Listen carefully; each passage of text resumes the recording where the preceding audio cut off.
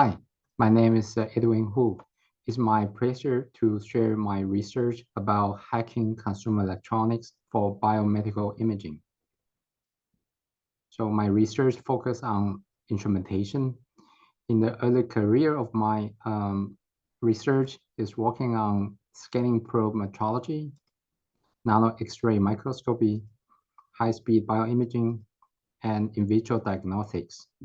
In 2017, I moved to Denmark, and I work on the real-time cell culture monitoring and skin diagnostics and the biomedical 3D printing.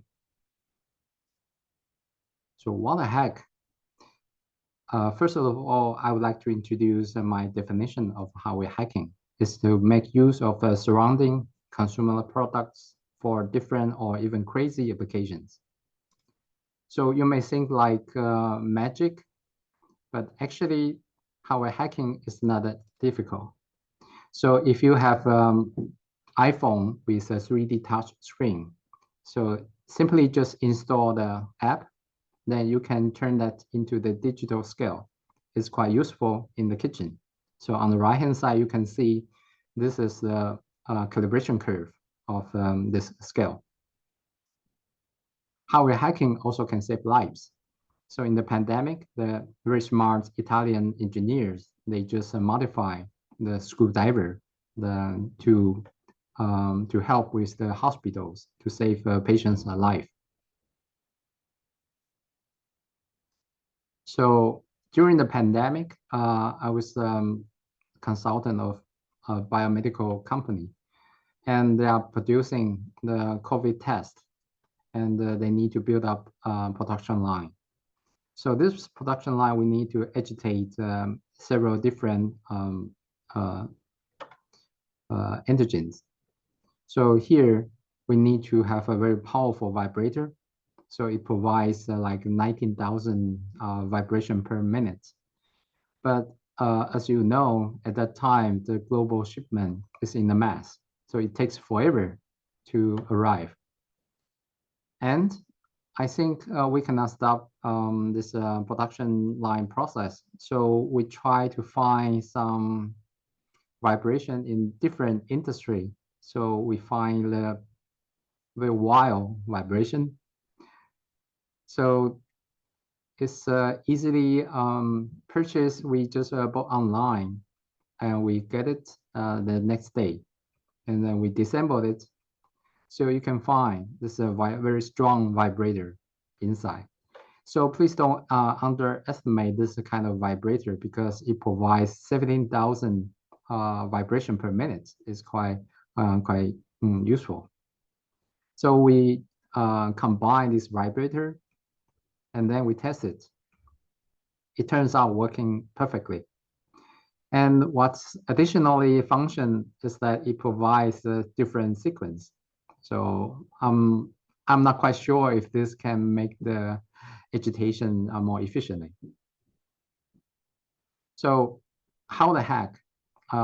Normally we start with the disassembling the hardware surrounding, and we learn how it designed and how it functions.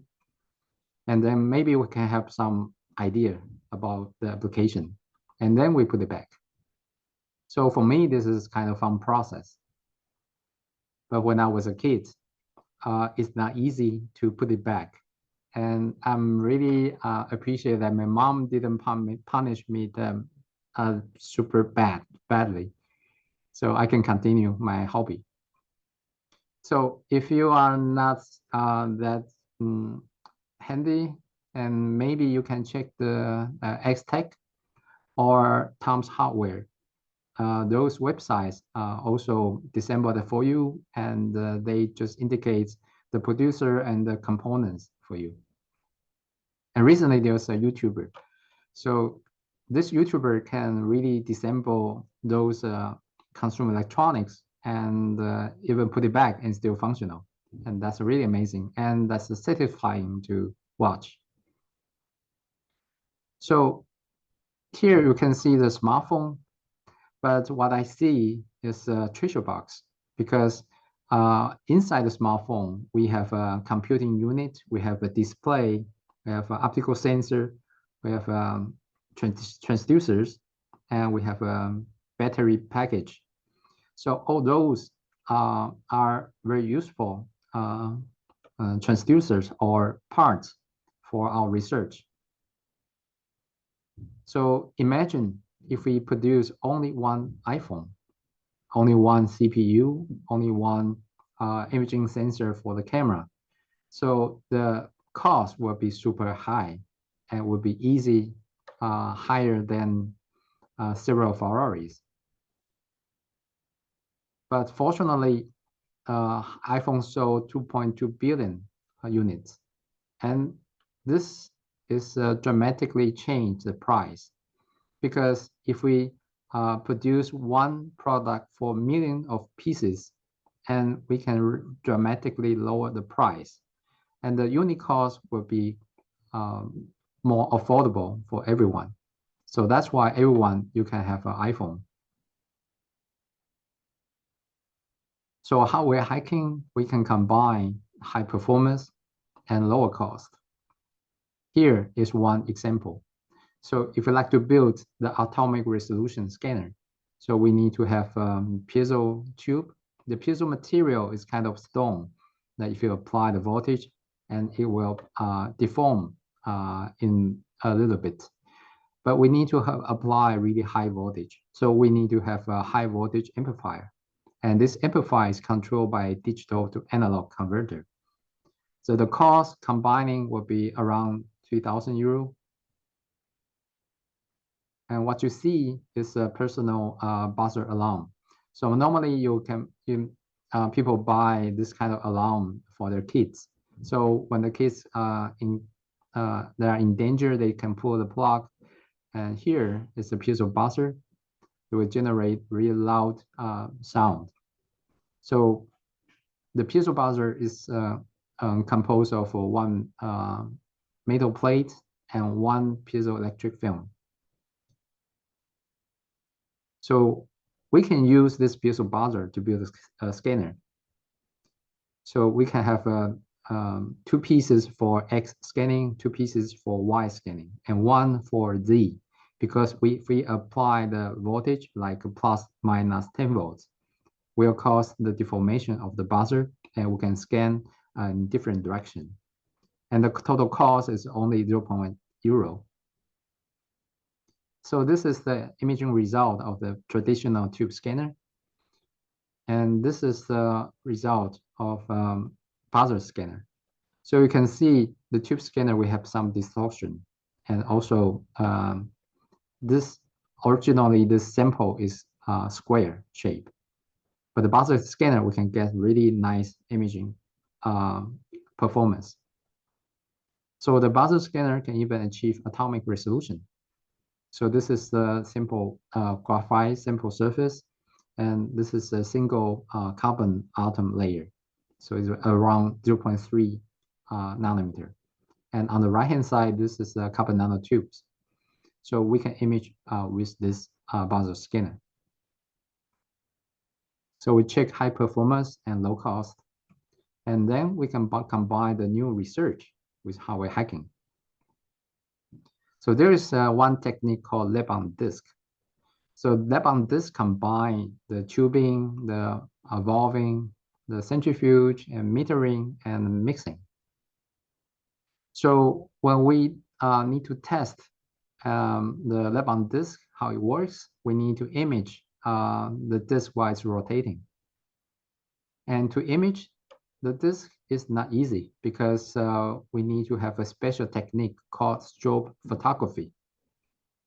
So this technique, we need to synchronize the trigger of the CCD camera and the flashlight, and also one motor. So we need to synchronize them precisely. If we can synchronize it, we can get something result like this. So this is helicopter, and the rotation speed of the rotor is matching the camera shutter speed, like 60 frames per second. So you can see the rotor is nearly not moving, but actually it's moving very fast. So to build the imaging system, we need to have electronics, design, software, and optics combined. So this can easily cost like 3 months for PhD or master student to build from scratch. So actually we have one system in our lab. So this kind of technique has a drawback is that the temporal resolution is proportional to the spinning speed. So that's the long-standing issue. So for example, if we like to image one part of the disk, so we can only take one photo every revolution. So we don't know what happened right here. And on the right-hand side, you can see the temporal resolution is really depends on the spinning speed. So we may not know if there's a rapid happening event on the disk in the question mark area. So I'm a bit lazy. So I just use wireless spy camera. It's quite small and connect to your mobile phone or your PC wirelessly. And also using the wireless power to power the whole system. So you can see this is a small spy camera and it's rotating together with a disk and it's powered by the wireless power underneath. And this takes only maybe 1 week for master student to build. So this is slow motion image of the spy camera rotating together with a disk, and it's transferred image wirelessly. So this is the video recorded by the camera. So this is process of the yeast cell centrifuging. So with a wireless spy camera, we can have 30 frames per second. So because we are following the disk, so we can image every angle of the disk. So we can really image some rapid happen event, even when the disk is rotating very slow. So this is one example. So we are watching the two liquid mixing. So normally it's not hard for traditional technique, but the spy camera is following the chamber. So we can see it frame by frame during the mixing process. And then we check the new research. The hacking also can enable the shorter time to market if we like to commercialize the lab technology. So one example is to hack optical drive for biomedical imaging. So this is an optical microscope and with oil lens that's quite high end with a phase contrast image. So we can see the contrast is about 0.14. And then we try to use the optical pickup unit, we call the OPU, to directly use laser to scan the cells. So on the right-hand side, you can see we use the OPU and the laser direct scanning. We can get the contrast 0.22. So it will be higher than the high-end optical microscope. So another example is the atomic force microscope. So here we are. This microscope uses a very sharp probe to probe sample surface with a nanoscale resolution. And this probe is detected by beam deflection technique. And we try to use the OPU to monitor this avian probe. And it turns out it's working really well. So it's reported that we can use the DVD head to image graphite terrates. So on the left-hand side is graphite surface, and you can see there's a single layer of atom, a carbon atom. On the right-hand side, this is a DNA molecule that's also imaged by the OPU monitor, the avian probe. So thanks to the LEGO Foundation, I have the chance to combine the OPU, the buzzer scanner, with a PCB-based framework and Arduino control unit. So we can build the atomic force microscope in very low cost. So this is hands-on nanotechnology education. So this AFM is 100-fold cheaper, and we can enable much more students to experience the hands-on nano education. It's also be reported, and this technology becomes a startup within 6 months, because the startup doesn't need to produce really complicated optics. They just buy the OPU directly and combine to their system. So we check the shorter time to market. Here's another application that we use this kind of AFM for skin diagnostics. So as you know, you might know that our skin disease will be assessed by doctors, but a traditional way is that the doctor will see how red is your skin, or you ask the patient that is very itchy or not so itchy. But this is based on the personal perception. This is quite subjective. It's not because different people have different feeling. So that's why 4 doctors might have a full assessment result. And another kind of skin assessment technique is that you wear the skin patch for detecting the irritant or different kind of cause of your skin disease. And it's already 100 years old. And or we need to have a skin biopsy. It's quite painful, and then this is a quite old technique also. So here I introduced the dermal texture index. As we know that the skin cells, they are evolving from the deep layer of the skin and become the dead cells, and that's called corneocyte. So we can use the tape to sample the corneocyte.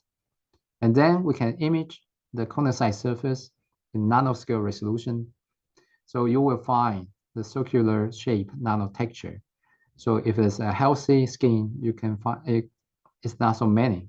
But if it's an atopic dermatitis skin, you can find a lot. And this amount of this circular shape nanotexture is proportional to the severity of the atopic dermatitis. And this kind of number, we call it the dermatexture index, and it's not independent. It's not dependent on the age or the skin type, like the color, the pigmentation of your skin. So we hack the low-cost AFM, and we built the new AFM that's AFM controller that can scan 100 times faster. So we use this type of AFM to scan the corneocyte. So this is a photo of the modified or the hacked AFM. And then we can image the corneocyte surface like within 10 seconds. So it's quite, because we image very fast, so it's kind of resistance to the environmental change, like vibration or the thermal gradient. And then we get the raw data. So this AFM image, we analyze those image by the artificial intelligence algorithm. And then we can get all those statistics and then become the quantified value, DTI score. So you can see this is a healthy control scheme. We have a score like 114. So this is a non-lesional atopic dermatitis skin, and this is a lesional area. So we can see the huge difference, and we can get the quantified value. That's crucial for the dermatologist to give the patient the right treatment. So we hacking optical drive can also enable high-speed biomedical imaging. for high-speed imaging, we need a very small probe. On the left-hand side, that's the traditional AFM probe. It's large and has a really high spring constants, and that will provide too much pressure while it's scanning. And on the right-hand side, that's a small probe for bioimaging in very high speed because it's very small and very soft. So we found out that the Blu-ray laser can focus on both big and small probes. And then we built a high-speed AFM based on the Blu-ray OPU. So you can see this is the Panasonic OPU. We focus on the small AFM probe. This is a zoom-in image. The laser light is focusing on the cantilever of a 2 megahertz AFM probe. So this is the image that we can have a frame rate like 2 frames per second. And this is the proteins on mica surface. So we have some examples, and if we hack the hardware right, we can leverage the billions US dollar technologies. We can also just get it mass-produced component off the shelf easily. So it's eco-friendly because we recycle the technology. And we can, if there's a startup company, we can provide a better price for the customer and a higher profit margin for the company. And that's why it's easier to start up companies with hacking technology. And we also have already strategic investors. For example, the optical drive producer, they never dreamed of their drive can be used for high-speed imaging or even atomic resolution imaging. Well, yeah, there are some drawbacks. The first is that obvious because normally when you are using the Blu-ray drive for gaming or watching movies, you might not think those components can be used for other applications like bioimaging, and less flexibility because they are already made, for example, the head, and it's not easy to modify the internal optics, and we need to adapt to their design. And the data sheet, I think most of the companies, they protect the data sheet, how to drive those optics in like a commercial secret. So it's not easy to get. So model changing. I think the consumer electronics, they have shorter lifetime of the product. So they are changing model like every 2 years. But I'm not quite worried about this because when they change model, it becomes faster, smaller, and lighter. So I think that's good. End of production. I think this could be issue because if you rely on this kind of a component and stop production, it's not easy to solve. But one solution is that you can buy like 10,000 pieces of this component, and then I think can run for quite a while. So I'd like to acknowledge Professor Liao and George, my postdoc in my research group, and also the co-authors and collaborators. And also, importantly, that's the funding agencies to support the research. And thank you for your attention.